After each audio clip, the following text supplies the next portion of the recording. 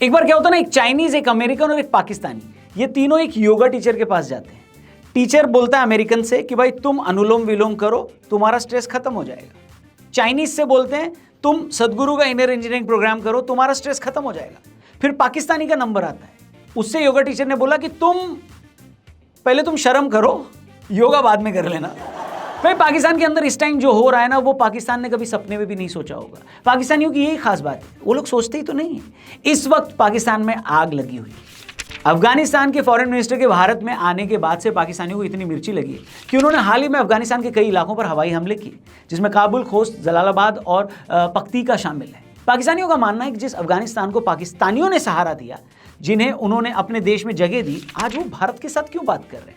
पर इसके जवाब में अफगानिस्तान के तबलीगी फौज ने पाकिस्तान की कई सीमा पोस्टों पर हमला किया और उनमें से कुछ पर कब्जा भी कर लिया। We begin with some breaking news coming in. Intense clashes have erupted along the Pakistan-Afghanistan border. Taliban and Pakistani forces have traded fire across the Afghan border, with Taliban officials saying their forces captured 3 Pakistani military outposts. Pakistan versus Taliban firefight rages on. Pakistan-Afghanistan border tensions rise after Pakistan's airstrikes on Taliban. Taliban forces now launch attack on Pakistan. Afghan सुरक्षा बलों ने पाकिस्तान के 58 सैनिकों को मारने का दावा किया है। हालांकि पाकिस्तानियों के हिसाब से उनके 23 सैनिक ही मरे हैं। पाकिस्तानी जनता का इसीलिए ये हाल है। अपनी बनियान में 56 छेद करवाने के बाद भी इनको लगता है कि भाईजान कम से कम थोड़ी इज्जत तो बची है। अरे अपनी फिक्र करो, छोड़ो ये सब। अफगान फौजों को भड़काकर पाकिस्तान ने खैबर पख्तूनख्वा इलाके में ऑफिशियली एक फ्रंट ओपन कर लिया है। उस तरफ पाकिस्तान की फौजें भारी मात्रा में लगाई जा रही है। सोशल तनाव और पॉलिटिकल हालातों को देखते हुए पाकिस्तानी बुद्धिजीवियों का कहना है कि अभी पाकिस्तान को अफगानिस्तान की सरकार से बात करके मामला शांत करना चाहिए। लेकिन पाकिस्तान ने ठीक इसका उल्टा काम किया है। अफगान तालिबान ने कई सारे पाकिस्तानी सैनिकों को अगवा भी कर लिया, ऐसी खबरें आ रही। कई पाकिस्तानी नागरिकों का कहना है कि पाकिस्तानी सरकार और फौज को उन्हें छुड़ाने का प्रयास करना चाहिए। लेकिन करगिल का युद्ध गवाह है कि जब इन्होंने अपने मुर्दा सैनिक वापस नहीं लिए तो जिंदा को ये क्या ही छुड़ा पाएंगे। खैर, इस बार पाकिस्तान ने एक नहीं बल्कि आधा दर्जन से ज्यादा ब्लंडर कर दिया है और उसका सबसे बड़ा ब्लंडर अब पाकिस्तान में गृह युद्ध करवा देगा। तो आपने घबराना नहीं है। फिर पाकिस्तान में जो स्ट्रेस का माहौल है उस पर तो हम लोग आगे बात करेंगे, लेकिन उससे पहले अगर आपकी लाइफ में स्ट्रेस, टेंशन और डिप्रेशन है और अगर आप लखनऊ या कानपुर या आजू बाजू के इलाकों में रहते हैं तो आपके लिए एक जबरदस्त न्यूज है। सदगुरु का इनर इंजीनियरिंग प्रोग्राम हो रहा है लखनऊ में।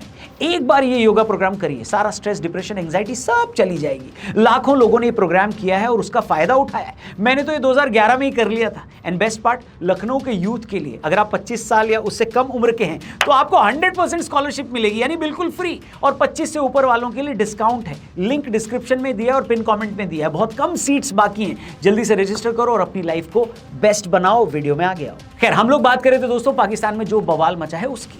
अफगानिस्तान के साथ एक फ्रंट ओपन करने के बाद पाकिस्तानियों ने लाहौर में बैठे टीएलपी यानी तहरीक-ए-लब्बैक को भी भड़का दिया। दरअसल ये एक इस्लामिक संगठन है जिसे अपने कट्टरपंथी विचारों के लिए जाना जाता है। पाकिस्तान में ये शरिया को कड़ाई से लागू करने के समर्थन में। कई लोगों का मानना है कि इसे पाकिस्तान की सेना कई बार राजनीतिक हित साधने के लिए इस्तेमाल करती है। अब हुआ ये कि चीन की गोद से उछलकर पुराने अब्बा अमेरिका के साथ जाने के बाद से पाकिस्तानियों को लगा कि अब अब्बा हुजूर सब ठीक कर देंगे। इसी चक्कर में शहबाज शरीफ ने अमेरिका के राष्ट्रपति डोनाल्ड ट्रंप के गाजा शांति समझौते का भी सपोर्ट कर दिया, समर्थन कर दिया। इसी बात को लेकर टीएलपी वाले भड़क गए। उनके हिसाब से गाजा के लोगों को अपनी जमीन मिलनी चाहिए और इजराइल को रहना ही नहीं चाहिए। इसी वजह से इन्होंने कई प्रदर्शनों का सहारा भी लिया। इसने गाजा में मारे जा रहे लोगों के लिए इस्लामाबाद के अंदर एक प्रोटेस्ट भी किया। वो अमेरिकी दूतावास के बाहर तक पहुंच गए, जिसके बाद वहां की पुलिस ने अपनी कार्रवाई की और इनका प्रदर्शन हिंसक हो गया। पाकिस्तान की शाहबाज सरकार ने इस मार्च को रोकने की कोशिश की, जिसके कारण टीएलपी के सपोर्टर्स और पुलिस के बीच भयंकर भिड़ंत हो गई। पुलिस ने प्रदर्शनकारियों को रोकने के लिए आंसू गैस का भी इस्तेमाल किया, जबकि प्रदर्शनकारियों ने पत्थर और तेजदार हथियारों से पुलिस पर हमला कर दिया। इस हिंसा में कई लोग मारे गए और कई लोग घायल हुए। इंटरनेट को वहां पर निलंबित किया है, बंद किया है, ताकि प्रदर्शनकारियों का सामूहिक आंदोलन रोका जा सके। कई तस्वीरें सोशल मीडिया पर वायरल हैं, हम आपको दिखा भी नहीं सकते। पाकिस्तान की धरती इस समय उसी के खून से लाल है दोस्तों। तहरीक-ए-लब्बैक के नेताओं का कहना है कि पाकिस्तान के हुक्मरानों की वजह से ये सारा बवाल हुआ है। वहीं पाकिस्तानी सरकार इसको फिर से साजिश बता रही है। सोचिए, एक देश ऐसे कट्टरपंथी संगठन को अपने देश में पालता है और फिर कंप्लेंट करता है कि हाथ जल गए हमारे। जो सुकून की जिंदगी वो सिर्फ कब्र में हो। लेकिन अब ये एक फ्रंट खोलना पाकिस्तान की सबसे बड़ी भूल हो सकती है। अगर आधिकारिक आंकड़ों पर भरोसा करें तो अभी तक कम से कम 11 से ज्यादा लोगों की मौत हो चुकी है, जिसमें पुलिसकर्मी और प्रदर्शनकारी दोनों शामिल हैं। 1500 से ज्यादा लोग घायल हैं, जिसमें प्रदर्शनकारी और सुरक्षा बल दोनों शामिल हैं। प्रदर्शनकारियों ने पुलिस वाहनों और बाकी संपत्तियों को भी आग के हवाले कर दिया। कई जगहों पर सड़कों और मोटरवे को बंद कर दिया गया, जिससे डर का काफी माहौल है। ट्रैफिक रुक गया, स्कूल, कॉलेज, बाकी पब्लिक इंस्टीट्यूशन से वो बंद हैं। सरकारी कार्यालयों, पुलिस थानों और सरकारी संपत्ति को भी भारी नुकसान पहुंचा है। कानून व्यवस्था, लॉ एंड ऑर्डर की स्थिति बिगड़ने के कारण पूरे इलाके में आतंक का माहौल है। अब सुनने में ये काफी आपको डरावना लग रहा होगा, लेकिन ये पाकिस्तानियों की आम जिंदगी है। यही तो जुर्म है ना मेरा। गजा मुद्दे पर टीएलपी ने अपनी सरकार और सेना के खिलाफ हिंसक प्रदर्शन तो शुरू किया है। तेजी से एक बड़े आंतरिक यानी इंटरनल संघर्ष की ओर भी ये लोग बढ़ रहे हैं। टीएलपी ने पाकिस्तानी सरकार और सेना पर इजराइल के साथ साजिश रचने का आरोप लगाया, जिससे प्रदर्शनकारियों ने लाहौर, इस्लामाबाद और रावलपिंडी में सेना के साथ सीधी टक्कर ली। ये स्थिति एक सिविल वॉर जैसी बन रही है, क्योंकि टीएलपी की सड़क पर मजबूत पकड़ और सेना के साथ हिंसा, इंटरनेट ब्लैकआउट और बाकी रीजनल कॉन्फ्लिक्ट इसे और जोर दे रहे हैं। टीएलपी ने पाकिस्तानी सेना को इस्लाम के साथ गद्दारी का दोषी ठहराया है, खासकर गाजा डील को लेकर, जहां इससे प्रदर्शन हिंसक हो गए। रेड जोन सील, 150+ टीएलपी कार्यकर्ताओं की गिरफ्तारी, 45 से ज्यादा शहरों में हिंसा और तनावपूर्ण स्थिति वहां पर लगातार बनी हुई है। यहां से पाकिस्तानी सेना और उनकी इंटेलिजेंस चाहती तो मामले को ठंडा कर सकती थी, लेकिन अपनी झूठी अकड़ और शान में इन्होंने अपनी सिविलियंस पर गोलीबारी शुरू कर दी, जिसे ग्लोबल मीडिया कवर ही नहीं कर रहा है। लाहौर में अभी 100 से ज्यादा लोगों के मारे जाने की खबर आ रही है। तो रुको जरा, सब्र करो। पाकिस्तान की पुलिस और उनकी सेना स्थिति को कितना काबू में कर पा रही है, इसका अंदाजा आप इसी से लगा लें कि टीएलपी वालों ने इनकी गाड़ियां तक छीन ली। लाहौर के हाल ऐसे हैं जहां दिन दहाड़े जीतरी जैसे हथियार चल रहे हैं, सेना की गाड़ियों को आग लगाई जा रही है और आम नागरिक मारे जा रहे हैं। लेकिन वेस्टर्न मीडिया इस टाइम मस्त चादर ताने सोया हुआ है। आप खुद ही सोचिए कि ऐसे देश की इंटरनल सिक्योरिटी का क्या हाल होगा जहां आम सड़क पर चलता हुआ एक नागरिक ऐसी तस्वीरों को देखे।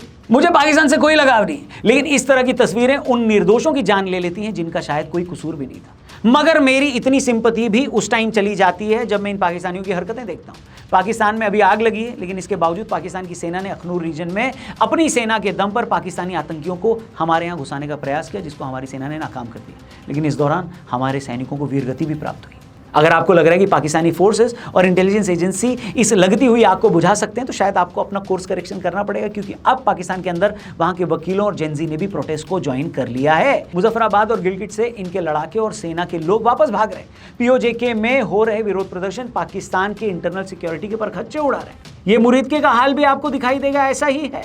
यहाँ 180 टीएलपी प्रदर्शनकारियों के मारी जाने की खबरें हैं। देश के पूर्व प्रधानमंत्री स्वर्गीय अटल बिहारी वाजपेयी ने अपनी कविता में एक बार कहा था कि औरों के घर आग लगाने का जो सपना, वो अपने ही घर में सदा खरा होता है। पाकिस्तान आज इसका जीता जागता एग्जाम्पल बन चुका है। हो सकता है अपनी सैन्य ताकत और अपने अब्बा हुजूर अमेरिका के दम पर पाकिस्तान ये वाला हिंसा, ये प्रदर्शन रोक ले, लेकिन जो आग वहां लगी है वो चारों तरफ लगती चली जाएगी। ये तो उनके इंटरनल सिक्योरिटी में हाल है। बॉर्डर पर अफगानों के साथ ये फंसे हुए हैं, दूसरी तरफ हम बांस लिए खड़े हैं। वहीं पाकिस्तान का पॉलिटिकल सिचुएशन भी हमेशा की तरह डामाडोल है। शहबाज शरीफ एक इलेक्टेड नहीं सिलेक्टेड पीएम है, जिनको आसिम मुनीर चला रहा है। वही मुनीर के लिए भी इस प्रदर्शन के बाद खुद को प्रूव करने का दबाव है, क्योंकि दुनिया के सामने उनके झूठ की पोल खुल गई है कि भैया इन्होंने ऑपरेशन सिंदूर रुकवाया है। वही सेना जो 4 महीने में दूसरी बार पेली जा रही है, देखो उनको दिखाई दे रहा है। दूसरी तरफ भारत अपनी पूरी ताकत के साथ तैयारियों में लगा हुआ है। जिस हिसाब के हथियार हम इस टाइम बना रहे हैं, खुद हमारे यहाँ कई लोग आश्चर्य में हैं कि भाई ये हम लोग बना रहे हैं, ये हम सब कर रहे हैं। अगस्त 2025 में भारत ने indigenous multi layered air defence weapon system का सफलतापूर्वक परीक्षण किया।